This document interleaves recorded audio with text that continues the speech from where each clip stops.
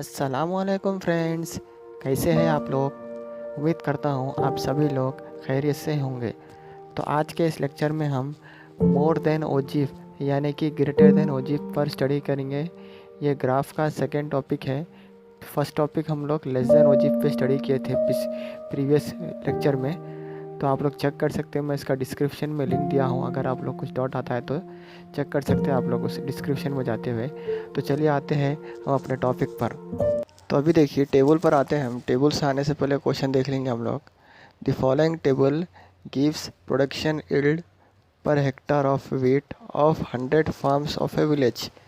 यानी कि जाहिर सी बात है, अब फार्म यानी जो यील्ड होगा, यील्ड यानी कि जो भी आउटपुट, जो अर्निंग होंगी फार्मर्स की, किसकी हो सकती, चावल की, गेहूँ की, किसी की भी हो सकती। तो फिलहाल अभी इसके अंदर वीट यानी गेहूँ के बारे में बता रहा है, यानी कि 100 फार्म्स का जितना भी आ रहा है आउटपुट ये बता रहा है इस टेबल में। देखिए अब ये हेक्टर क्या रखता, हेक्टर हम लोग उसको बोलेंगे जो कि 10,000 स्क्वायर मीटर जो आएगा हम लोग का है, उसको हेक्टर बोलते हैं अपन। तो 1 हेक्टर जो है 10,000 स्क्वायर मीटर रहेगा। फिर इसके बाद टेबल को यूज़ करते हुए हमें ओजीफ का ड्रॉ करना है। किस ओजीफ कर्व, देखिए नीचे लिखे हुआ है, यानी कि change the distribution to a more than type of distribution and draw its ओजीफ, यानी कि ग्रेटर देन ओजीफ करना है हमें। किस तरह से, देखिए पहले तो टेबल रेफर करेंगे हम लोग। फर्स्ट क्या आ रहा है, प्रोडक्शन यील्ड पर हेक्टर कितना आ रहा है, यानी कि 50 to 55 के हेक्टर के रेंज में कितने फार्मर्स आ रहे हैं, उसमें हमें 2 आ रहे। 55 to 60 के रेंज में कितने फार्मर्स आ रहे, 8 आ रहे। तो 60 to 65 के रेंज में कितने आ रहे, 12 आ रहे। तो इसी तरह से रेंज के हिसाब से फार्मर्स दिया हुआ है। तो अभी आप लोग फार्मर्स की लिस्ट चेक कर सकते हैं, नंबर्स इंक्रीज़ भी हो रहे, डिक्रीज़ भी हो रहे। तो ये फ्रीक्वेंसी है, ना कि क्यूमुलेटिव फ्रीक्वेंसी। तो हम लोग इस टेबल को यूज़ करते हुए ग्राफ का रिप्रेजेंट करेंगे, यानी कि टेबल प्रेजेंट करेंगे हम लोग, उसके बाद इससे यूज़ करते हुए ग्राफ में प्लॉट्स करेंगे हम लोग। तो चलिए आते हैं टेबल पर। तो अभी देखिए फर्स्ट वाला प्रोडक्शन यील्ड पर हेक्टर, वो तो एज इट इज़ रहेगा क्लास इंटरवल। फिर इसके बाद नंबर ऑफ फार्मर्स यानी कि फ्रीक्वेंसी, वो भी एज इट इज़ रहेगा। फिर उसके बाद आएगा cumulative frequency, greater than cumulative frequency आएगा यहाँ पर। किस तरह से करेंगे हम लोग greater than cumulative frequency, less than cumulative frequency किस तरह से किए थे हम, ऊपर के नंबर से ऐड कर लेते हुए गए थे हम लोग। इसके अंदर हम लोग नीचे से ऐड करते हुए जाएंगे। किस तरह से, देखिए फर्स्ट आएगा हमें 16, वो एज इट इज़। अभी 16 को हम लोग 38 से ऐड करेंगे तो 54 आएगा। फिर इस 54 को हम लोग 24 से ऐड करेंगे तो 78 आएगा। फिर इस 78 को हम लोग 12 से ऐड करेंगे तो 90 आएगा। फिर इस 90 को हम लोग 8 से ऐड करेंगे तो 98 आएगा। फिर फाइनली इस 98 को हम लोग 2 से ऐड करेंगे तो 100 आ जाएगा। तो हम लोग ग्रेटर देन क्यूमुलेटिव फ्रीक्वेंसी को वाई लेंगे। वाई तो आ चुका है हमें, अब एक्स आना है। तो हम लोग लेस देन ओजीफ में एक्स के वैल्यू को क्या लिए थे हम लोग, अपर बाउंड्री लिए थे। इसके अंदर हम लोग ग्रेटर देन ओजीफ में लोअर बाउंड्री लेंगे, वो रहेगा एक्स। तो लोअर बाउंड्री किसे कहेंगे हम लोग, इस लेफ़्ट साइड के सारे नंबर्स को हम लोग लोअर बाउंड्री कहेंगे। तो इस लेफ़्ट साइड के सारे नंबर्स को हम लोग यहाँ पर डाल देंगे, वो रहेगा एक्स। तो अब एक्स आ चुका है और वाई आ चुका है, इन दोनों को हम लोग कंबाइन कर देंगे जो कि पॉइंट बन जाएगा एक्स का वाई। तो इस तरह से हम लोग प्रेजेंट कर देंगे। तो इन पॉइंट्स को यूज़ करते हुए हम लोग ग्राफ में सब्स्टिट्यूट करेंगे। तो चलिए आते हैं हम ग्राफ पर। तो अभी देखिए एक्स एक्सिस पर रहेगा हमें लोअर बाउंड्री और वाई एक्सिस पर रहेगा ग्रेटर देन क्यूमुलेटिव फ्रीक्वेंसी। तो अभी देखिए हम लोग किस तरह से लिखेंगे, एक बार पॉइंट्स को चेक करेंगे हम लोग। पॉइंट पे एक्स एक्सिस पर क्या आ रहा है, देखिए शुरू 50 से हो रहा है, ख़त्म 75 पे हो रहा है, यानी कि 5 यूनिट्स का गैप आ रहा है। तो एक्स एक्सिस तो एज इट इज़ लिख देंगे हमने। लेकिन यहाँ पर देखिए एक्स एक्सिस पर मुझे लाइंस टोटल 13 लाइन्स आ रहे हैं मेरे पास। शायद आप लोगों के ग्राफ में 17 आ रहे होंगे, उस हिसाब से यूनिट्स को पूरा फिल कर देंगे हम लोग। तो चाहे तो आप लोग 50 से भी शुरू कर सकते हैं या फिर कोई और नंबर से। मैं तो 30 से शुरू कर रहा हूँ ताकि ये पूरा लाइन फिल हो सके। तो 30 से शुरू किया हूँ, तो देखिए 90 तक ख़त्म हो चुका है। तो एक्स एक्सिस आ चुका है हमें। अभी देखिए वाई एक्सिस पर सबसे बड़ा नंबर क्या आ रहा है हमें, इस पॉइंट्स पे 100 आ रहा है। और मेरे पास लाइंस हार्डली मेरे पास 17 आ रहे हैं इस वाई एक्सिस पे मेरे पास। तो शायद आपके पास, आप लोगों के ग्राफ में 23 या 24 आ रहे होंगे। तो उस हिसाब से यूनिट्स को सेट करिए। तो यहाँ पर मैं 10 यूनिट से सेट कर रहा हूँ, आप लोग चाहे तो दूसरे यूनिट से भी सेट कर सकते चाहे तो इस तरह से वाई एक्सिस पे मैं 10 यूनिट से सेट कर चुका हूँ। तो अभी एक्स आ चुका है हमें और वाई आ चुका है।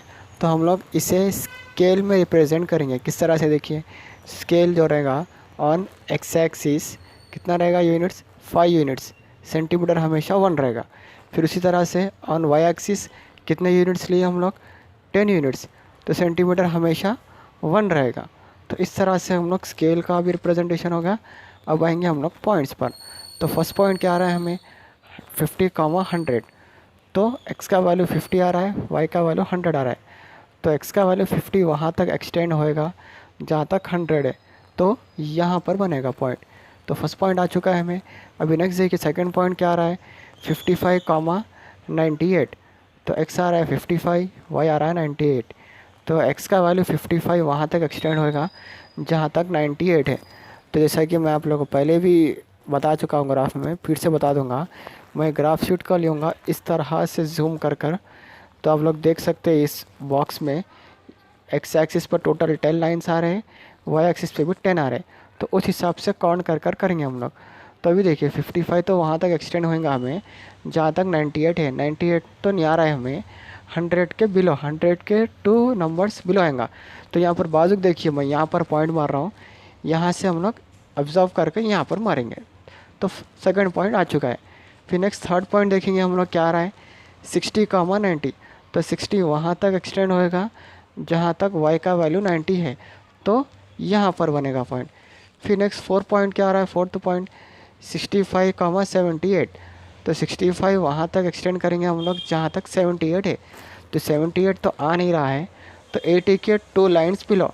तो देखिए यहाँ पर लाइन मार रहा हूँ मैं, इसके बाद यहाँ पर ऑब्जर्व करिए आप लोग, तो पॉइंट यहाँ पर बनेगा फोर्थ पॉइंट। अभी नेक्स्ट फिफ्थ पॉइंट देखेंगे, 70 वहाँ तक एक्सटेंड होएगा जहाँ तक 54 है। तो 54 आ तो नहीं रहा है, तो 50 के 4 लाइन्स अबव, तो यहाँ पर बनेगा। देखिए राइट वाले बॉक्स में ऑब्जर्व करिए आप लोग। फिर उसके बाद देखिए यहाँ पर, उसके बाद 75 वहाँ तक एक्सटेंड होएगा जहाँ तक 16 है। तो 16 तो आ नहीं रहा है, तो 20 के बिलो भी ले सकते हैं आप लोग, या फिर 10 के अबव। तो 20 के 4 नंबर्स बिलो है, तो यहाँ पर बनेगा पॉइंट। तो इस तरह से हम लोग ग्राफ के सारे पॉइंट्स को प्लॉट करेंगे। ये जो मैं साइड में डाल के बताया आप लोगों को, ये ग्राफ का जो बॉक्स आ रहा है, किसी भी एक बॉक्स को अगर हम लोग इस तरह से जूम करेंगे तो बॉक्सेस या फिर लाइंस इसके इसी तरह से लगेंगे। मैं आप लोगों के समझने के लिए इस तरह से जूम कर बताया हूँ, आप लोग कंफ्यूज मत होइए। तो हम लोग ये पॉइंट्स तो प्लॉट कर चुके हैं। अब इस पॉइंट्स को ज्वाइन करते हुए हम लोग एक कर्व बना देंगे इस तरह से। तो हम लोग इस कर्व को बोलेंगे ग्रेटर देन ओजीफ कर्व। तो इस तरह से प्रिपेयर किया जाता है ग्रेटर देन ओजीफ कर्व को। तो उम्मीद करता हूँ आप लोगों को ये ओजीफ कर्व का समझ में आया होगा, ग्रेटर देन ओजीफ कर्व का। तो क्वेश्चन में या तो लेस देन ओजीफ पूछेगा या तो ग्रेटर देन ओजीफ पूछेगा। अगर दोनों एक साथ पूछेगा तो इस तरह से पूछेगा कि ड्रॉ बोथ ओजीफ कर्व्स पूछेगा, या फिर ड्रॉ ओजीफ कर्व्स बोलकर पूछेगा। तो समझ जाना है आप लोगों को, लेस देन और ग्रेटर देन दोनों ओजीफ का टेबल बनाना है और दोनों ओजीफ को एक ही ग्राफ में ड्रॉ करना है। सिंपल रहेगा, मैं आप लोगों को उसका पहले ही बता चुका हूँ, इंट्रोडक्शन में देख लीजिए आप लोग, मैं इसका डिस्क्रिप्शन में लिंक दिया हूँ। बोथ ओजीफ को किस तरह से ड्रॉ किया जाता है, आप लोग उसे रिफ़र करिए अगर आप लोग को बोथ ओजीफ का समझ में नहीं आता है तो। उसके बाद भी आप लोग को डाउट आता है तो आप लोग मुझे क्लियर कर सकते हैं कमेंट बॉक्स में। तो मैं आप लोग इसके रिलेटेड कुछ क्वेश्चन जा रहा हूँ, लेस देन ओजीफ के और ग्रेटर देन ओजीफ के। आप लोग इसे ट्राई करिए, अगर कुछ डाउट आता है तो आप लोग मुझे क्लियर कर सकते हैं। तो इंशाल्लाह हम लोग नेक्स्ट वीडियो में मिलते हैं एक नए टॉपिक के साथ। तब तक के लिए practice well and take care.